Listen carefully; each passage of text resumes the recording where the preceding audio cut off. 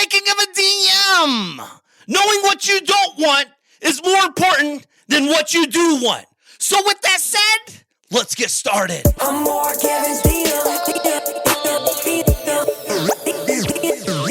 I'm more Kevin's DM. I'm here to help and teach him what I know and how I did it. To discover freedom. There ain't no question more Kevin's when he step in the door. He's closing deals. Time to tell him what the DM stand for. I'm a deal maker. But I'm not just a deal maker. I'm a dream maker. What's up, guys? It's your boy Mark Evans, DM here, coming to you live from Parkland, Florida. Beautiful, sunny here, 45 minutes north of us where Beacon's at. It's nice and rainy. So as I'm sitting here, this is a very big topic and something I was talking with my guy John yesterday about, and something I do. I like to play these games with myself, try to figure out how to, accomplish bigger things that our brain's not programmed to see. And oftentimes we know we all have that dream board, right? You guys all have a dream board. This is a good Q&A. Help guide you guys a little better. But a lot of people are familiar with like dream boards, right? Like maybe they'll have their body, their house, their cars, whatever, their vacation spots and all this stuff, maybe an amount for the bank. So you guys have all these dream boards, right? So I was talking with my buddy today, Jeremy, and really what we need is a nightmare board. You ever thought about having a nightmare board? You know what I mean? Like, what don't you want? What don't I want? So I just took a minute here. And again, everyone should do this. I have a pen and paper. This is the best technology in the world. Between this and this, it's amazing. I'll share some of the stuff of what I think you don't want. And I want you to kind of navigate this yourself. And again, you guys got to realize, let's put some contrast to this. I'll be 42 June 19th. I have two amazing kids. One will be 5 this year. The other one just turned 1. I'm married. Love my wife, Dina. We've been together. This June will be 15 years. And so like if you're young, single, no kids, maybe you want something different. Maybe if you're older, blah, blah, blah, blah, maybe you want something different.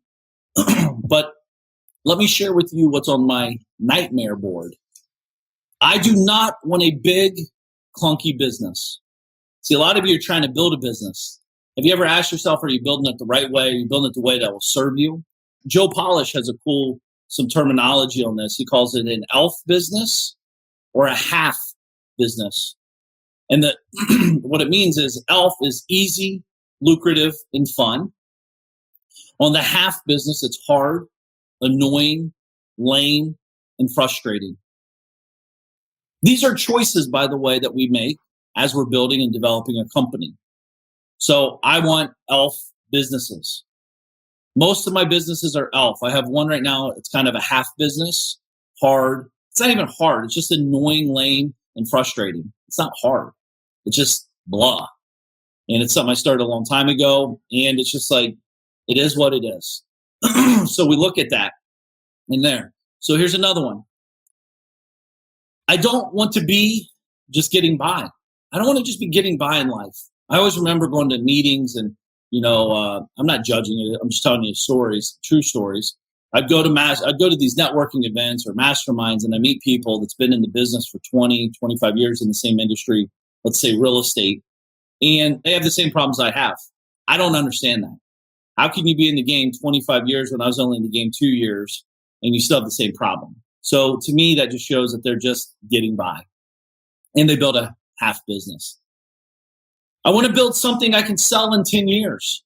I don't know about you guys, but I want to put my energies and efforts in something that has a very big impact in the future, today and in the future. So my big fear in life is always I built my first companies wrong. I built them where they can't really be sold, but for 1x at best. Real estate investing is one of those. You can't sell a real estate investment company. And when I'm talking real estate, having a small team like we have, there's just no value to it. Like an e-com store or an online business of some sort or a local mom and pop shop, or whatever. So my biggest fear with that is I want to build something I can sell in 10 years for a lot of money, 100 million plus. I talked about this last year at my event at the Deal-a-thon.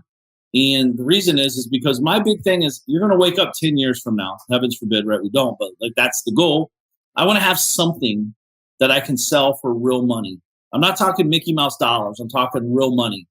Because if not, if you can't sell it, It's not because businesses aren't being built today to be sold in 10 years from now. It's because you and I didn't take the time to have this conversation. So I want you to be very conscious of that. I don't want to use I don't have an office. I haven't used an office since 2005.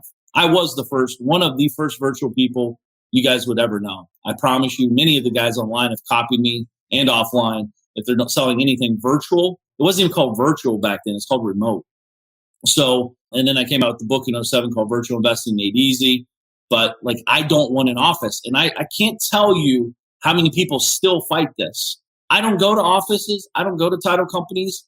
I don't do all that because I know what I don't want to do. See, you're chasing the dollars. I'm not. I have my structure, and this is where it's at. If I can't do business with people that do business like that, then I'm not going to do business with you. Guess what? I do more business. When I started focusing on what I don't want, I started getting more of what I wanted. Go figure, right? I don't want to have to travel to produce revenue. So there's a lot of people that travel to produce revenue. Maybe they're speaking on stages, maybe they're going to events and doing whatever. I don't want to ever have to travel to create revenue. Now listen, if I do travel and I can create revenue, but I'm traveling on my schedule when I want to and I want to be there, that's a different story. But again, I'm just very hard line in the sand. I don't want to travel. Today where I'm at in my life, I get hit up all the time. Hey man, I'll pay you 50 grand, come speak at my event. Nope. Hey man, I'd love to have you come speak at my event. I'll pay for everything. Nope. I don't care I'm not chasing the money. Here's what I tell them. This is a true story. I'll do it for free via online. I'll shoot it from my office. I'll shoot it from wherever I'm at my house, in my office. So I would be out in the garage right now, but we have our landscapers here and they're cutting trees down and stuff and cleaning up. So I don't want to travel. I don't want negative people around me and slackers. I want people that are constantly up-leveling their game. I want to focus with people that want to grow in life. I want to focus on people that talk about positive stuff. I want to focus on that kind of stuff. I do not want negativity around me. It doesn't serve me. It doesn't help me in any way, shape, or form. I don't want to deal with tire kickers, right? We all have to deal with tire kickers, but I don't want to deal with them. In my world where I live at today in my life, I have a very high conversion rate. Why? Because I've created an infrastructure to sort out the BS to the opportunities. I'd still talk, like the people I'm talking to, I'm more telling them, no, I don't want to work with them. They're not tire kickers. They're just not qualified for what I want. Because again, I know what I don't want. I don't want someone that's needy. I don't want someone that's lazy. I don't want someone that's negative. I don't want someone that has money that just wants to buy and try to act like they can get rich doing nothing. I don't believe in it. I don't do it. And I will not do it. Period. Right? I don't want to miss family events and important moments. There's nothing in business that I want to miss family events and important moments. I don't want to have create a monster, a company where I would miss big events and big lifelong, like missing my child walk, missing them take their first steps or do this or do that or graduation or whatever. Reminds me of a buddy of mine had a business he built up to about $40 million a year. And it was a pretty good sized business. He had 150 employees. He was cranking. He built everything what he wanted. He never asked what he didn't want. So when you always hear people say, be careful for what you wish for, the reason is on the one side of the wish, there's another side of what you don't want in that wish. Just because you get this piece doesn't mean all this other stuff doesn't follow it. So, but he ended up getting a divorce. He almost committed suicide, truthfully. He had 3 kids and he had a gun in his mouth. He was about to end his life because of the situation. He went bankrupt, lost everything financially. And the good news is he didn't. And now what's awesome, he has a multi-million-dollar business that serves him. He has money coming in. It's, he's still divorced clearly, but he gets to spend time with his kids now. He has a life that most people dream of. He's on his own schedule. He wakes up when he wants. He does what he wants, and he has revenue that he's built company to build him a massive revenue stream to allow him that luxury and lifestyle. Because he realized on the journey of success of what he didn't want his success to look like. So yesterday, someone asked me like, Mark, I want to hear your steps you got to get to where you're at. The problem with that is my steps and your steps could be totally different. I know what I want. You might not, or vice versa. You might want $1 billion. I might want 10 million. So my steps are really relevant. It doesn't even make sense to even listen to me. I'm not your guy. So I think what you don't want is super important. So this is your nightmare board, what I don't want. You see what I'm saying? I don't want to be normal. I don't want to be normal. I don't want to be a sheep. This corona shit going on. I have yet to wear a mask. And in Florida, you're supposed to. I'm not doing it. I'd rather stay at home and do nothing. I'd rather stay at home and hang out than to go out and be a sheep around and told what to do. You know what I mean? I do that in business. I do that in life. I don't want to be normal. I remember when I went to the doctors, I was getting some blood work, and this is a long time ago. He's like, "Wow, Mark, you're in the normal sections." I'm like, "What are you talking about? I've never been normal. I don't want to be normal." And what like, first of all, show me what normal looks like, because I'm overweight. I feel disgusting. And why are you saying it's normal? This is not normal. This is disgusting. And I want to be the top of the top. What do we need to do to get there? And see, I think the thing is sheep like to tend to oh, well, the doctor said so it must be right. Well, the doctor's a human, and the doctor has an agenda. And I'm not saying right or wrong. I'm just saying they have an agenda. Maybe you should get a couple different people telling you if you're normal or not normal, if you're going to die or not die anytime soon. These are things I think about in what I don't want. I don't want to be normal. I don't want to be a sheep. I want to be thinking for myself. I want to be driving, my future, the me economy. You know what I mean? Reminds me of a buddy. For 7 years of his life, back to real quick because I'm looking at my notes here about missing family events and important moments. I have a buddy who's younger. He's in his mid-30s. For 7 years, he dedicated his life to a vision he had with a partner, and they worked hard. I mean, he literally gave up his life for 7 years. He was living out of a hotel. He was traveling all the time. He was, he literally had no life, and missed a lot of big moments in his family's life. And one day he just woke up and said, enough's enough. And he started something different. And 18 months later, his life has done a 180-degree change for the better. So because what he didn't want. We all know what we want. So why aren't we getting it? That's always a question I ask. That we all know what we want. Why aren't we getting it? Because we don't know what we don't want. And you got to put the two together. Because listen, if you want to get six-pack abs, I tell you what to do. It's like, well, I want six-pack abs, but I don't want to work out. I don't want to eat right. I don't want to do the hard work. Well, the problem is your six-pack abs is bullshit because it's never going to happen because you're not willing to do the work to get the result. I'm not saying that's good or bad. Just knock it off of what you want. We all want that, but that's a dream. That's not a goal. You're just daydreaming. Here's the biggest one. I want you to think about this. All of this is big, by the way. And there's many more. There's many, many, many more here. But I want a business to work for me, not me work for it. You always hear me talk about, how can the business serve you instead of you serve the business? You see, us as mules, we're very servient mindset. We like to serve people. It makes us feel good. It's a badge of honor. I personally like to host people at my house. I enjoy it. It's fun to me. I like to do the cool little things that people are like, wow, so much attention to detail. I enjoy that kind of thing. I don't go make the glass cup that says DM on it or whatever, or the napkins. No, I think about it magician style, write it down, hand it off to my assistant, and we go get it done. But I ask myself, how can my business serve me? And I have different types of businesses. Some of my businesses, initially the businesses in the beginning, you have to get in there. You have to mule it out and grind it out and figure out certain things and that. I'm not saying you don't do that. It's part of life and business in general. But what you have to realize is that you're a mule, and you have to figure out have you ever asked yourself, when can my business serve me? I didn't ask this question for 12 years of my life in business. I literally said, what can I do to make more money? Who do I need to sell? What do I need to buy? What can I invest in? I need to make more money. It was always me, me, me, me, me. If it's not me doing it, it's not getting done. And I never stepped back and said, how can the business serve me? And what I've realized through businesses, different businesses have different problems and opportunities inside of them. For example, in my real estate company, everyone that comes to work for us thinks they can make $1 million a year doing nothing. That's not the case. They take for granted of what it's taken me to get to where I'm at. They don't realize that I've built a reputation. Everything I said I was going to do, I've done and beyond. Not only that, my consistency, I'm always consistent. I'm persistent. I follow up, I follow through, and I execute with intention. And what the team, when they come under us, the team, they forget that they're riding my coattails on that journey, which is fine. But listen, in business and in life, it's not as easy as just wake up and do a deal. Yes, you can do that once or twice. But what happens when you don't make a deal? What happens when you get sued? What happens when the deal goes south and you just lost your $6,000 earnest money that you put down on the property because it was such a sure thing? What happens? See, the problem is like in that industry, I think this goes all with sales. In that industry, people, it's the personality type you're drawn in. They tend to think they can do all this and it's easy because they'll see me post, oh, I made $100,000 today on this deal.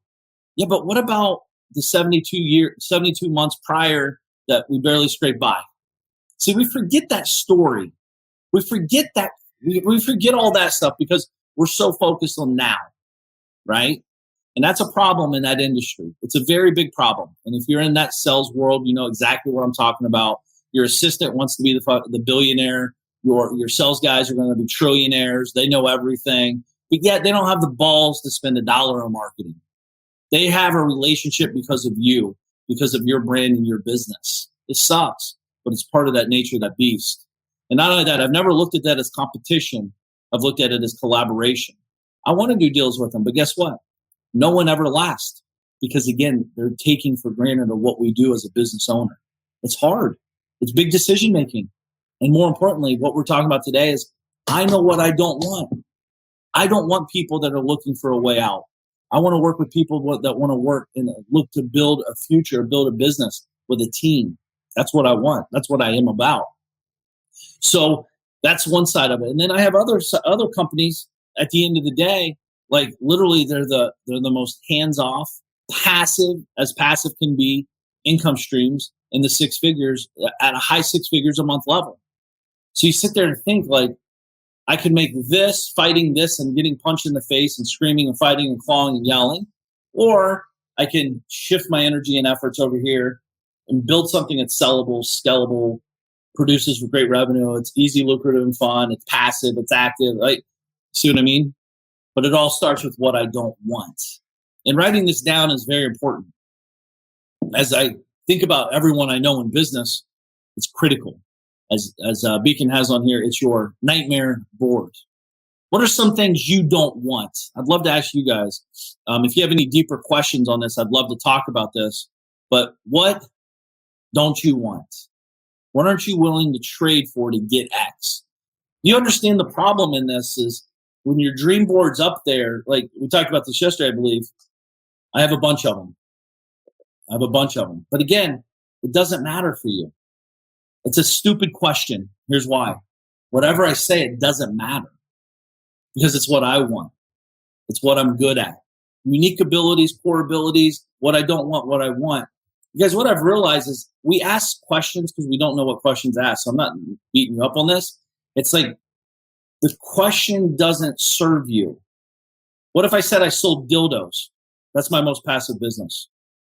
I mean, it's pointless. You guys do know there's people that make millions of dollars selling dildos, right? Do you know there's people that make molds to create dildos to sell dildos? I know my boy Sean Whalen was talking about this at my event last year. Do you guys understand there's lots of ways to make money passively? You could be an investor. You could be on a board. You could be the creator and hire a team. They all have all these different things. There's so many ways to make money. Making money is not the problem, folks. You guys realize that. It's you. You're the problem. You're the cog in the wheel. It's all you. It's infinite ways to make money. Infinite. Someone sold us this candle. I don't know where, who, how. I talk about that in Money Goggles. That'll be a show one day. But let me take notes. This is my technology. I'm taking notes. Money Goggles. I'll share those stories with you one day. But like for you guys understanding, like you guys have to ask better questions. My questions to you, what are you good at? What do you love to do? Where's the opportunity? What's that work to solve? What problem exists in your industry that you can solve and get a fee for? What don't you like? What do you like? Do you want a big business? Do you want a small business? See, that's why I'm a good mentor because I actually give a shit. I'm not just answering vanilla answers here. Oh, I send emails. What the hell does that mean to you? It means nothing. It just keeps you confused, keeps you like, you can't do what I do. The truth is, you could probably do it better than I do it, because you have this conversation that it took me 18 years to have. You know what I mean? So start off with, what don't I want? What do I want? What am I great at? Where do I want to be at? How much money do I want to have? What's in my account? What's my activity? Am I in an office or not an office? I don't, 100%. I do not go to an office. I haven't since 2005. I hang out. My commute is 0.2 seconds to the bed, to my home office, or in the garage, or out back. It's there's lots of great books out there. I've read thousands of them, 6,000 or so, I believe, maybe more. I've read a lot of books, and it's the only thing that saved me, because knowledge is so powerful. Most of you guys won't even buy a book for $15. No, most of you. Get the book, magicianversemeal.com. Gustavo, no office, complete freedom. I don't know, man. I've had it since 2005. So to me, I've been free since then. Being on that beach, Sandy White Beach in South Beach, Florida, December 31st, 2005, when my girlfriend, now my wife, Dina, and I settled down over there. Just saying, man, I was scared. But you got to understand, technology didn't exist like it did. And I was in a big industry where it was very hands-on, chest-to-chest selling and real estate. So for me to do that, it was a big move. And looking back then, it was a big move. But now looking back, I didn't realize how big a move it was. It changed my life forever, and many people around it, because I changed a lot of people's lives in a powerful way by me stepping outside of my comfort zone. Go figure. Again, I don't want to be normal, dude. I don't want to be normal. Like, it's funny. Everyone says they're going to office. I'm not going to office. Everyone says I want to buy this car. I don't buy that car. I buy this car. You know, like, I've always been that way. I've always wore the white. I wore pink before it was even cool. You know what I mean? Like, back in the late 90s, early 2000s, it was not cool for guys to wear pink. It wasn't cool for me to wear this Kangol, you know, but I don't care. Like, that's the difference. I don't want to worry about what people think. I don't care about it. It doesn't serve me. And if you can't win the battle, it doesn't matter. You know, just be honest, ethical, hardworking, and respectful. Everything else will work its way out. And work and have a good product. Beacon, what don't you want? While they're thinking about their powerful questions. That's a great question. I would say I don't want to feel like complacent and lazy. I always like the energetic feeling, like always feeling ready to go, ready to move. I feel like a huge problem is once people think they get what they want, or they start seeing some results, they end up slowing the ball. So I don't ever want to like lose momentum. That's what I don't want. I feel like a lot of it's more emotional to me, because I feel like I have to dial in my disciplines and my core values. I'm still understanding the inner workings of my brain, but that's basically what I don't want. And then I'll start focusing on the vision board. You don't want just to understand, because you said 27 things in one's question. You're good at that, by the way. But what don't you want? Complacency? What's one word? Okay, so if you don't want complacency, what is the other side of that? How do you not be complacent? That's the question. Just basically keep moving. But again, the problem is, action. The reason I'm bringing this up is a lot of people sitting here saying, I don't want to be, I've never met someone that says, I can't wait to be complacent. You know what I mean? But the problem is they're saying, I want to be active. I want to be moving. You might be feeling, though, that you're complacent, even though you're moving 100 miles per hour, because it's too vanilla. There's no measurement against it. Right. How would you know if you're not being complacent? What KPIs, what number, what piece are you doing? Right now you're on a marathon and you're running against people, but everyone's just running to run. No one has a distance. There's no end in sight. So you're going to feel like, I can't win this race. And you're right, because you haven't identified what the race is. Well, that's basically it. I'm basically coming to terms that this is a marathon. It's not a race. There's no finish line. There's only checkpoints. And then once you hit checkpoints, that's not time to, celebrate and brag.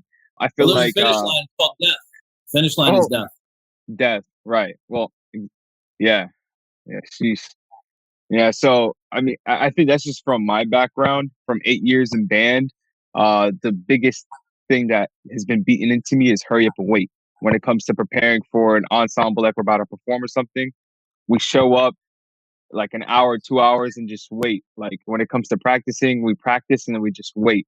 So it's just like embedded in me, and I'm trying to rewire that out of me to just always be on go mode, always be on go mode. Like, okay, cool. We hit the results. Now what? I have free time. Now what? How can I just keep elevating my actions? No, man, I get it, but I think I'm the same way. So I understand what you're saying.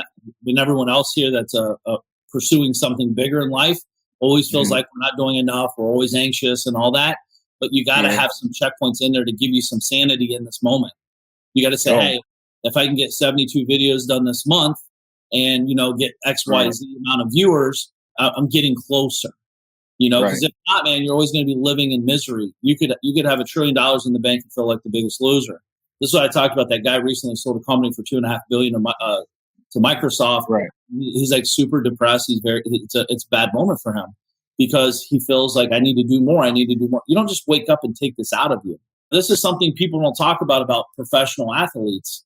You got to understand these are young children coming out of the league at their prime, 23 years old. They're amazing and they get cut. They're in their prime. You know what I mean? So what happens with that is now all of a sudden they're like, oh my God, what do I do? They're complacent. They're like, but that's why getting an education and knowledging up and a different skill set and this and that, we have to be conscious of that. But no one's talking about in your prime. Like, how do you know if you're successful or not? That's the thing is what I don't want. I don't want to be successful and not know I'm successful. It changes for you every single day. Like for me, getting one deal would be a success. You, it's like, I need to get 100 deals and you're looking in a span of like 3 to 6 months. Like, how can I lock up more deals? So, and it just keeps changing. Once you get hundreds of deals, how can I get thousands? So yeah, it just, create checkpoints, man. Everyone needs to be creating. They have to have these checkpoints. If not, you're just running laps and you have no clue if it's a lap or it's a mile or it's 100 miles. Like you're just running. So you're going to get on that treadmill and you're going to get wore out. Mike, enjoy your time Sunday on the water. Thank you. I really appreciate the morning. Love the book. Appreciate it, Gustavo. So Beacon, anything else, my man? On my nightmare board is basically not a picture of your ex-girlfriend, but what else? No. I don't know what you're talking about. I haven't even looked at it that way. I've always been wired to be thinking about the Lamborghinis and the big mansions that I will never figure out how to get to for the vision board. So now it's something that I have to take away and sit back like, all right, let me ask you a question. Reverse engineer this. What's your favorite thing that's on your vision board? The Lamborghini Urus. Okay. What's something like that cost? $250,000. Cool. I'm going to buy you one today, but I need you to I'll have you do one thing. Okay. I'm going to give you a gun and have you kill someone. Why not? You want the car, you're going to get it. Just all you got to do is one thing. It's that easy. I see. Why won't you do this is live. It's against my morals. It's against the law. But listen, you have a chance to get it. It's right there in front of you. Right. I don't think I want it. I don't think I want it bad enough to death. It's not that, dude. It's the problem is this is the problem why no one gets what they want. Yes, you're not willing to do what you want for that car. And I'm not saying go kill someone, clearly. I'm just saying that's an example. This is why you don't get it. Because you're not you know what you don't want. And you're not talking about it. No one's talking about what they don't want to do to get it. You're not willing to stretch your moral code and go shoot someone in the brain and kill them to get the car of your dreams that you've been dreaming about for 22 years. When you get these two together, figuring out what you really don't want and what you're willing to do to get it, you start creating a path. You start creating an infrastructure to get what you really want to what you don't want. Right. Like I talked about this yesterday, dude. People are praised all the time back on the movies. What's that movie? Oh man, it shot in Miami. What's the drug movie? Scarface. Oh, Scarface. Everyone wants to be Pablo Escobar. Everyone wants to be the Scarface and all that. Dude, I've never understood it. Because in those movies, listen, they think that's what they want. I want the cars. I want the lifestyle. I want the cool clubs. I want the money. I want this and the girls and this and that. Okay. Are you willing to kill people? Are you willing to look over your shoulder 24/7? Because you only know there's two ways out of that whole world, death or prison. It's the only way you're getting out.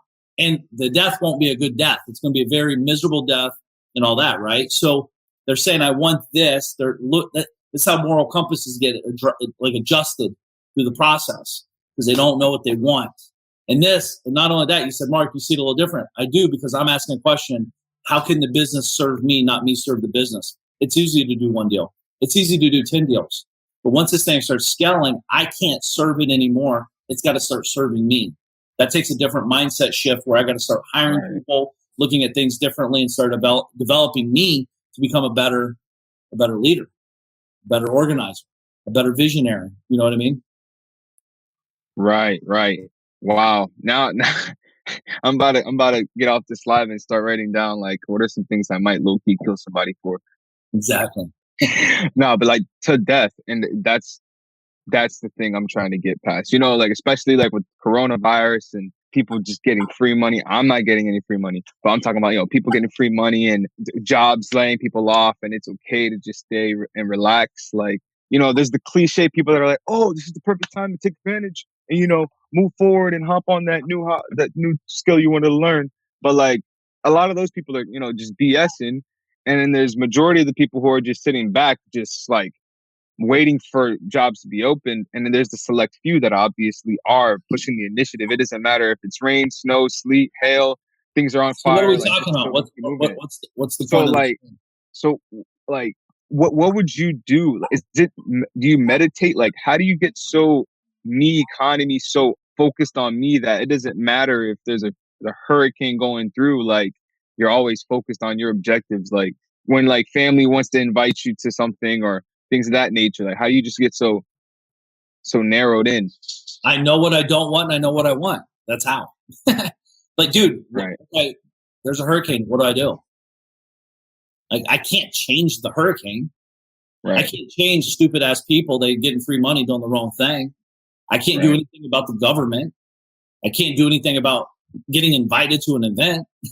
They're inviting me. But what I can do, I can say no. Or I can say I can't make it, but I can do this. Or I can say, hey, I'm in Florida, there's a hurricane. I can pack my car up and I can drive up north and get away from the hurricane. I'm in control of all that. You feel like that conversation you just said with me, you feel like you have no control. I have control. I guess I'm trying to gain control over the wrong things, which I have no control over. How can you control it? Right. Can you control hurricanes? Yeah, because if you can, dude, you could be a trillionaire. If you can control hurricanes, dude, there's a lot of broke people out there that feel like they're in control of everything. There's a lot of miserable people that are in control. Like, what are you in control of? Right. That's perspective. You know what you control? You control actions. your thoughts. You control your actions. You control when you get up. You control what you eat. You control if you work out. You control what you consume in that brain of yours. Like, I can't control anybody, dude. I can't even control my kids. I can barely control myself. Why am I trying to control other things that I can't control? I can't even control the main thing, me, Right. Wow. Perspective. Dude, people spend so much time thinking about stuff that doesn't matter. Zero impact on the positive. A lot of impact on the negative. Did you know my grandmother used to go to bed with the news and wake up with the news? If you walked out of the house, you think you're getting raped, murdered, killed, poisoned by Girl Scout cookies. Those sweet little Girl Scout cookies going to poison you. People are ripping you off. People are going to steal you. They're going to stab you in the back. Like, that's how she programmed her brain like that. Do you remember back? You don't remember because you're young, but back in the day, it's like if you flash your lights at someone, it's a gang sign. They're going to kill you. Roll your windows up. Lock your doors. Don't look up in New York City because if you do, you're a tourist. They're going to stab you. They're going to rob you. They're going to pick your pocket. None of that stuff's ever happened to me, knock on wood. And I'm not saying it doesn't happen, but I can tell you right now, people are controlled. We're a prime example of control at the highest level with the coronavirus. Everyone out there walking around with masks on their face. That's a visual representation of control. The mask don't even work. The mask actually could hurt you more than help you. But it's the only way we could show people fear, control visually. It's all fear-based. It's fear-mongering at the highest level. If it's so safe, why am I at Walmart? That's a whole nother conversation. But what I don't want to get involved in politics. I don't want to get involved in all that stuff because it's silly to me. I just don't participate in it. Ask my wife. I don't. What you just said about politics and what you just said about the news is literally the foundations of the Haitian society.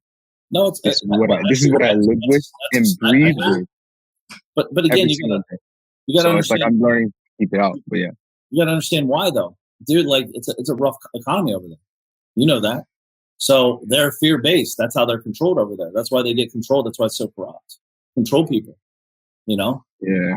So, Yeah, but again, you know better, so you just don't listen to them, you know? Right. It's all I have been doing. It's just, it's like I'm just building up thick skin on it, until I'm able to just completely get away from it all. So you're never going to get away from it all. It's not going to happen. You just got to be aware of it, that it's happening. This is like mule behavior. When mule behavior is happening, you just got to acknowledge it, be aware of it, and have a path to get out of it. It's okay. It's going to happen. It's not like it's like rainbows and unicorns everywhere, but like, dude, someone hits you up like, yo, man, Beacon, come to our party on Thursday at 2:00. Like, dude, I'm working. Like, right. What I don't want to be broke and poor and confused and frustrated and hungover like you are going to be tomorrow. I'm working on my dreams. I'm working on my goals. I'm working on my vision. I'm working on my plan. I have goals. Do you have goals? Like, it's real simple to me. It's not being a jerk. It's just being honest. No, it's being honest and real, and it's what people can't be nowadays. I respect that. I like that. Yeah. Cool. Anybody here have any questions? If not, I'm on bounce. Any questions on this, guys? Does this make sense to you? I hope it does, because this is a big deal. This is a huge deal. What I don't want a big clunky business, as Joe Polish says, an elf business or half business, easy, lucrative, fun, or hard, annoying, lame, and frustrating. I don't want to be just getting by. It's terrible for me. I don't want to build something that I can't sell in 10 years. I'm so afraid to lose time. I'm trying to build the right thing and get involved, like being very conscious of that. I don't have an office. I do have an office. I don't go to it. I don't do office visits. I don't put deals together in an office. I do it virtually. If it can't be done virtually, I'm not doing it. I don't travel to produce revenue. I either make it the way I want it or I don't make it. I'm cool with that. I don't want negative people around me and or slackers. There's nothing more discouraging to me than people that don't want more out of life. It's very discouraging to me at a massive level, and I don't allow it around me. And if I do, it's by selective picking. I don't want to deal with the tire kickers. So create a funnel that minimizes it to get them into your funnel. Yes, you'll have less people to talk to, but you'll have the higher conversion. I don't want to miss family events and important meetings or important moments with the family. So that's what I don't want. You got to build a business that allows that not to happen. And if it does, listen, you can't control 100%, but you made a commitment, you got to commit to it. But at the end of the day, it is what it is. I don't want to build a normal life, a sheep life. I want to be a thought-provoking. I want to be a leader. I want to be a driver.